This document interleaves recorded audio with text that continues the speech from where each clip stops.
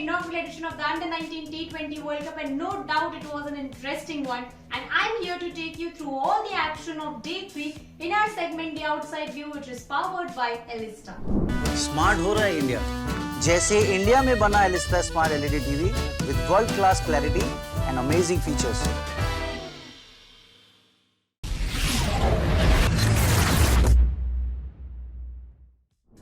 Let's start with a game that was played between India and UAE. Well, batting first, India put forward a massive target of 220 for UAE. They came down to defend that total and won the game by a very big margin. Let me quickly take you through the story of the first innings there.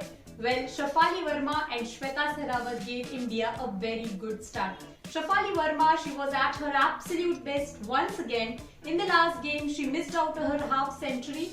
But in this game, she was timing the ball very well. She was looking effortless with the ball, and we saw the best of Shafali Verma today playing a captain's knock. While on the other hand, it was Shweta Sehrawat who played the anchor's innings to perfection initially, and then again played some really wonderful shots. 92 not out in the first game, 74 not out today. Well, she's having a wonderful time in this tournament.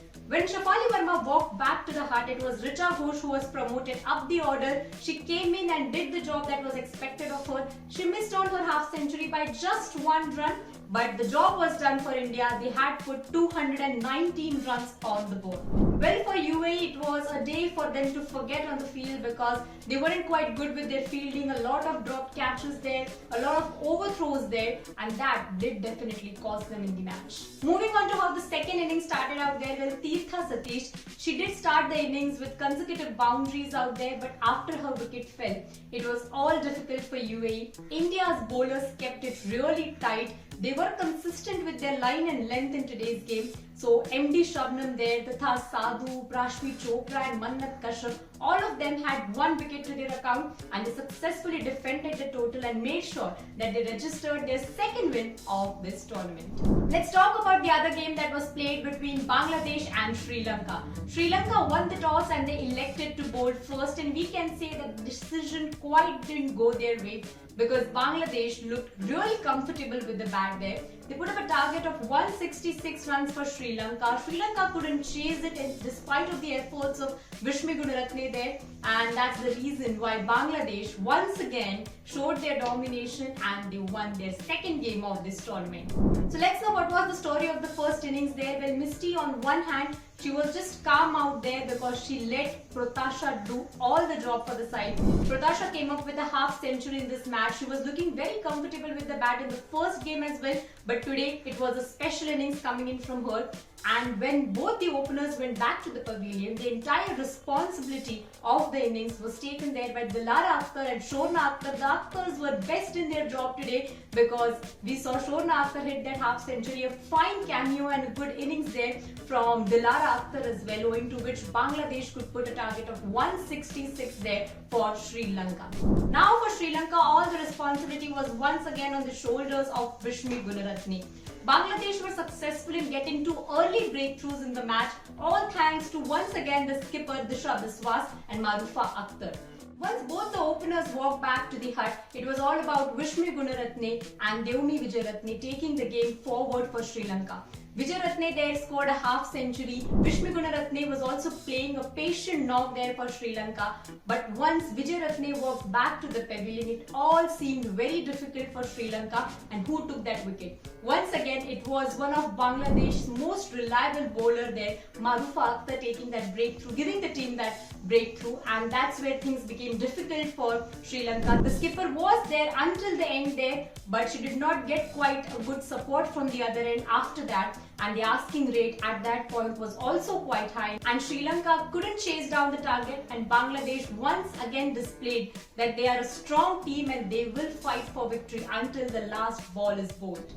Well, there were some more wonderful performances waiting for us later in the day. So let's talk about a game that was played between South Africa and Scotland. Scotland won the toss, they elected to bowl first, and at that moment they would have thought that that's the best decision they've made because they restricted the home team at 112 runs. But South Africa came in to defend that and they won their first game of this tournament. Well, it was an important game for both the teams because they had lost their previous matches. But let's see what was the story of the first innings out there. Well, when South Africa came into bat, it felt that they would pile up great runs watching their innings against India there, but the scripts weren't the same in this match because we saw Scotland coming up with some really good bowling performance there. For Scotland, it was Catherine Fraser who picked up 3 wickets. She has the experience of playing for the senior side and we know that how important she is for Scotland. And then picking up 2 wickets was Niam Robertson-Jack there for the side, and that's what, owing to a very good bowling performance from Scotland, they restricted South Africa early on. This was a big chance and a big opportunity for Scotland to get those 2 important points, but they couldn't really do that because South Africa had some other plans. South Africa's bowling was equally impressive in this game. Seshni Naidu, the spinner that we've been discussing for long, we know that she's an integral part of the side. She picked up 2 wickets in that game, and then we saw Madison Landsman finishing with 4 wickets to her account. The South African bowlers did not allow the Scotland batters to settle, and that's the reason why South Africa could dominate the proceedings. And the home team, they finally have those 2 points in their closet right now, and we saw the South African wicketkeeper Miso celebrating that victory, and we know how much it means to them. The next game was played between USA and Australia. Australia won the toss, they elected to bowl first, came up with a strong bowling performance, restricted USA to just 64 and then comfortably chased down the target to win their first game of this inaugural edition of the Under-19 T20 World Cup. For Australia, well, no doubt their bowling was impressive in this game, and we saw that Clark picked up 2 wickets, but there were 5 runouts. Well, that was probably not even the last thing that USA would have wanted in this match, and that's the reason why no batter could provide enough resilience to the side, and 64 is what they managed to score at the end of their innings. For Australia, it was relatively an easier chase out there as Claire Moore and Kate Pele just did the job for the side and took the team to the finish line, as Australia now have 2 points to their account. It was an exciting day 3 where we witnessed some really wonderful performances, brilliant matches, and day 4 is not going to be any different.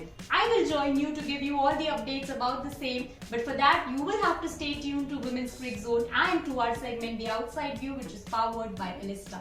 Smart हो रहा है India, जैसे India में बना Elista smart LED TV with world class clarity and amazing features.